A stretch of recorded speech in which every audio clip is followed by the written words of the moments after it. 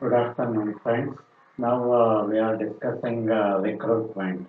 Recruitment is the process of searching the prospective employees and motivating them to apply for the jobs in the organization. That means first the vacancies in the organization in the particular department will be identified. Then you are searching for the prospective employees who are eligible to fit the vacancy, and you need to motivate them. To apply their candidature for that particular post in the organization.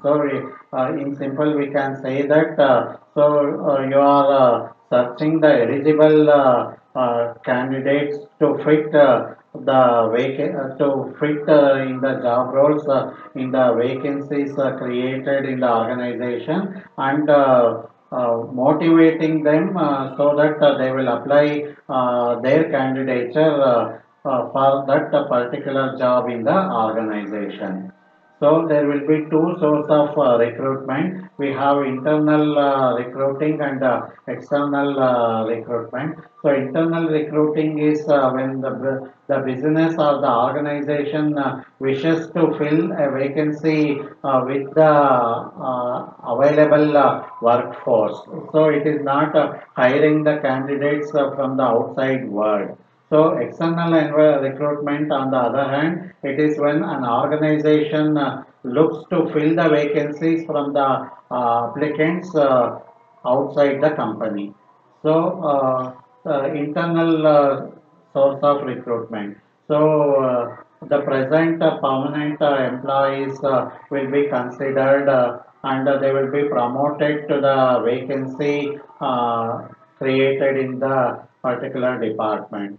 So then the present temporary or the casual employees can be made permanent, so that these employees will be considered to fit the vacant post.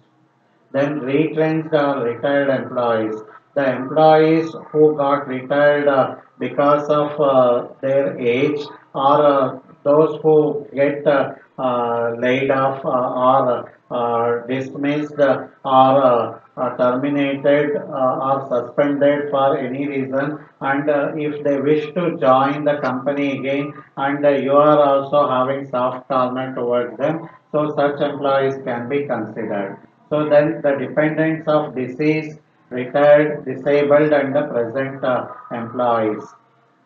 The present employees, if they are deceased and if they are retired, and because of their mental or physical disability, so their dependents having the required qualification and skills, so they can be considered for the recruitment. Then employee referrals. The top management people will be asked to refer the eligible candidates. So such employee referrals can also be considered here. So here the recruitment process will be taken place considering existing workforce and its referrals.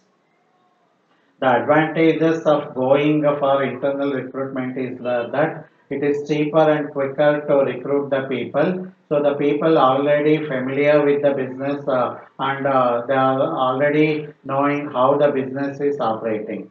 So it provides the opportunities for promotion within the business, so that the employees getting motivated. So the business already knows the strengths and weakness of the candidates.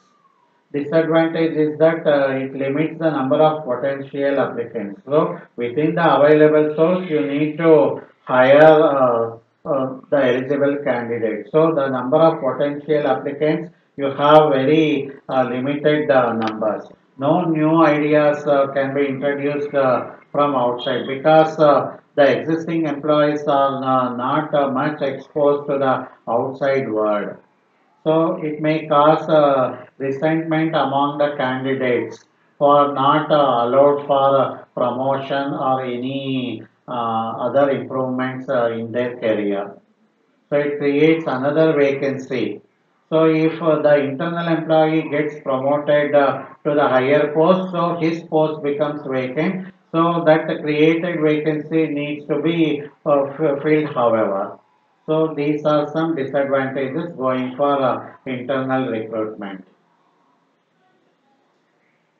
Then external sources of recruitment, campus recruitment. So that is the common procedure now the companies are following. So the company is visiting the academic institutions for hiring the passed out students or who are in the final year of their degree. So then the private and public employment agencies, then the professional associations like Medical Council of Association, ISTE and IEI. So these are some professional associations. So the engineers or doctors will have their membership with these professional associations once they complete their professional degree. So the companies for wishing to hire the eligible candidates can approach these professional associations as I mentioned earlier. So then casual applicants. So you have not invited applications from the job seekers. So the job hunters, they have dropped their biodata resumes reception. So whenever there is necessity arises, so you can refer such candidature from these casual applicants.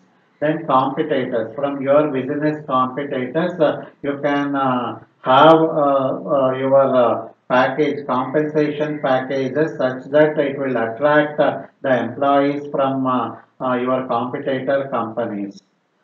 Then trade unions. So from trade unions, you can have some referrals. So if you find any eligible candidates, so you can recruit such persons. Then you can invite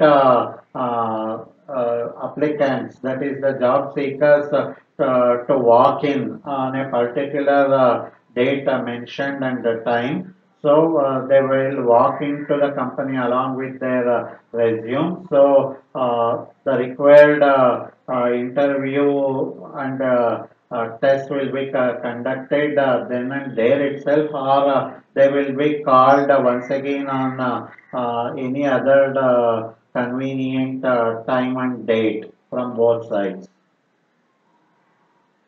So tele-recruitment. So these are some external sources of recruitment. So they are having their own advantage and disadvantage as we mentioned here. So advantage is that outside people will bring the new ideas because you are hiring the people from outside the organization. So larger pool of workers from which you can find the best candidate. So people will have the wider range of experience from different fields.